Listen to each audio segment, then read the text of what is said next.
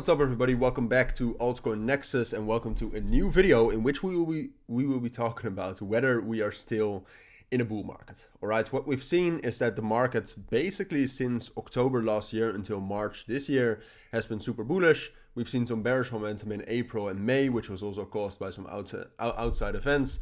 And then towards the end of May and in the middle of May, we got some more bullish momentum. So now a lot of people are thinking is that, all right, well, we got some bullish momentum.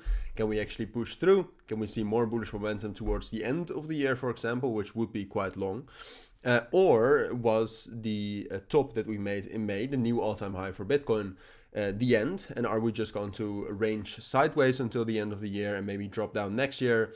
What point are we at? All right, so in this video, we'll look at 5 things to most accurately, or at least try to accurately analyze whether we are still in a bull market or whether we should maybe start to take some profits and be a little bit more cautious. All right, so that's what we'll do.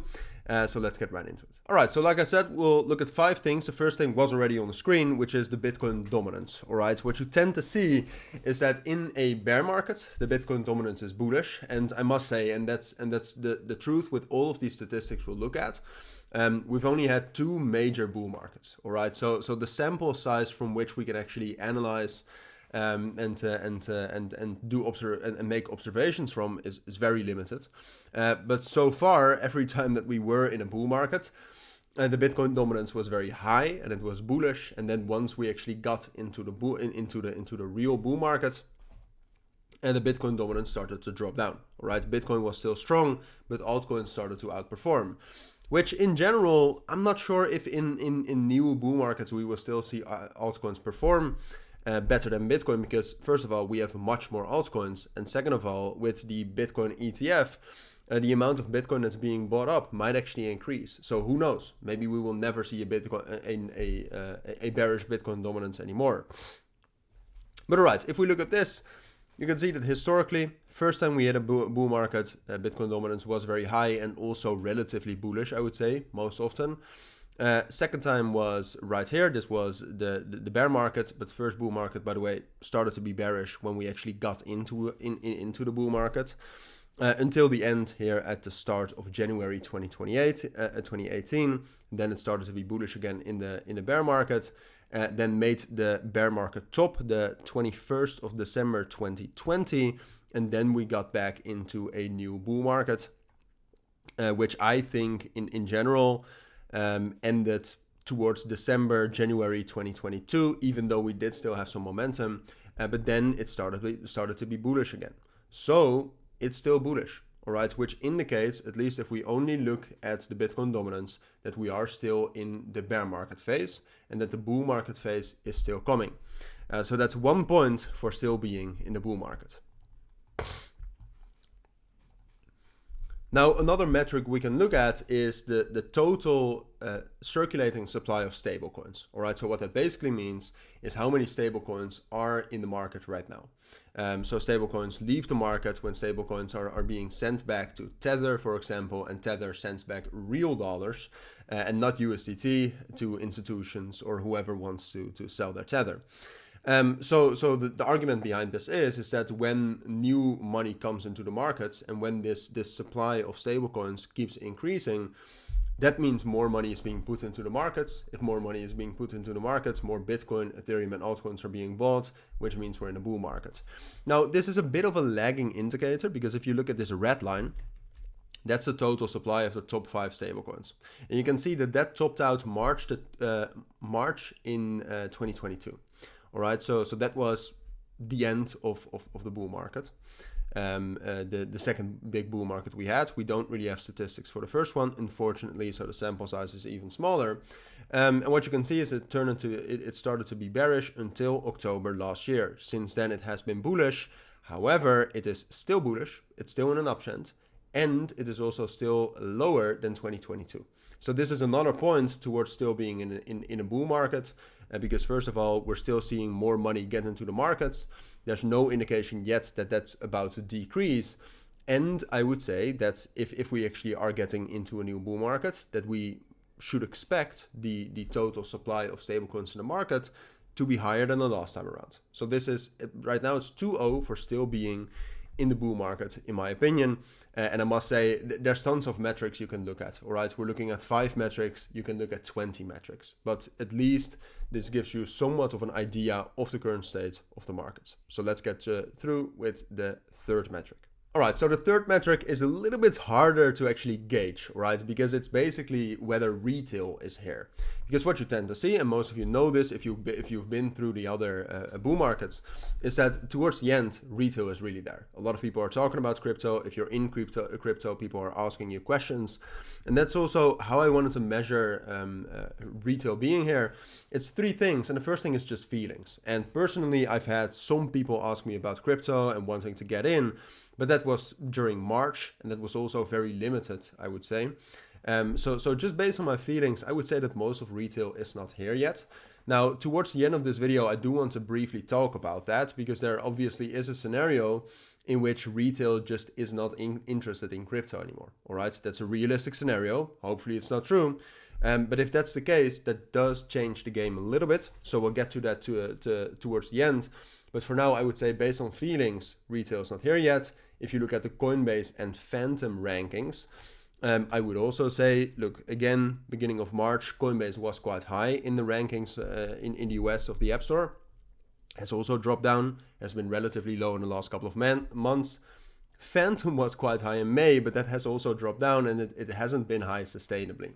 So based on that, I would also say that retail is not here yet. And then if you look at the trends, so how often Bitcoin and crypto is being looked at on Google and being searched for, you can also see that first bull market, super high, of course.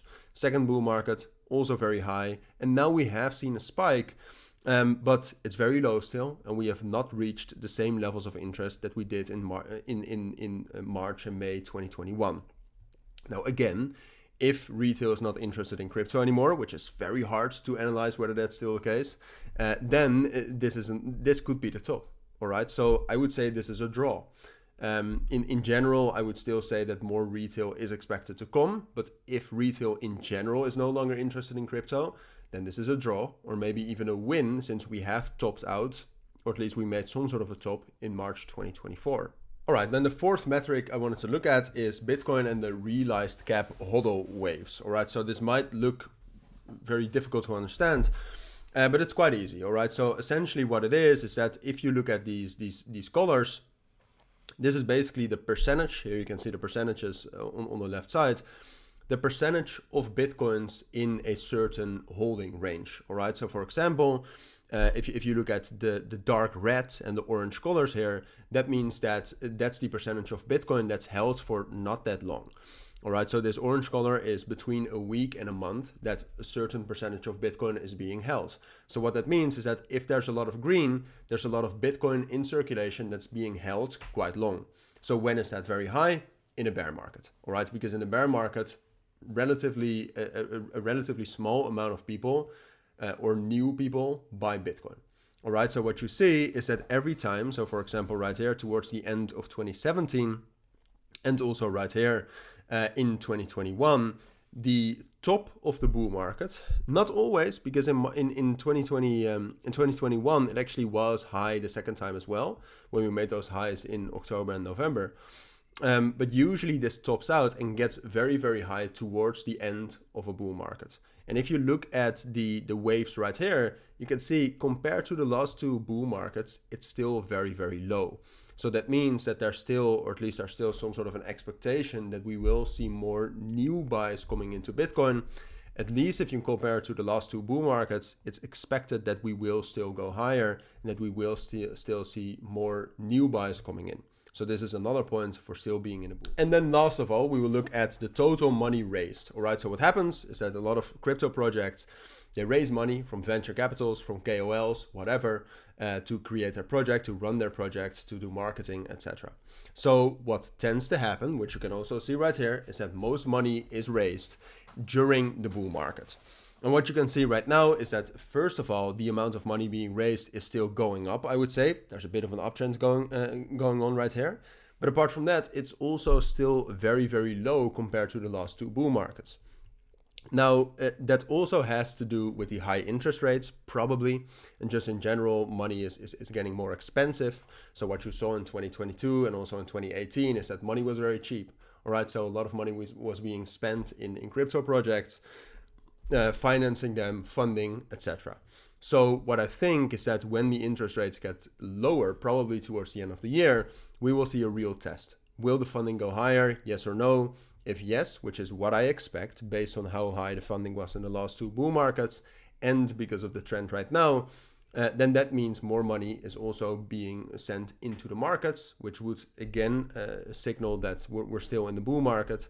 But this is, like I said, also dependent on outside influences, such as the interest rate mainly.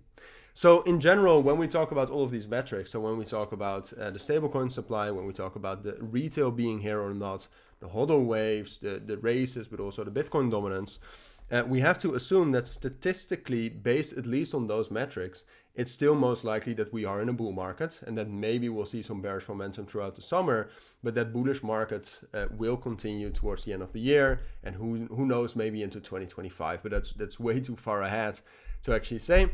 Now, it is dependent on a lot of factors, and like I said, one of the main things that it is dependent on as well is whether new retail is actually still interested in crypto. With all the crypto scams, with the image that crypto has right now, that's something you can think about. I'm not sure how to measure that. If we could measure that, then that could be a valuable addition to this video. But for now, I'm going to have to assume that retail is interested in crypto. I think that there's real utility and value for crypto for retail outside of meme coins. So based on that assumption and these metrics, I think we're still in the bull market and we will still see higher highs. But that's something you have to think of for yourself as well. All right, so for now, that's what I think. That's the video. If you do have any questions, if you want to add anything, let me know down in the comments. But for now, thank you for watching. Take care and bye.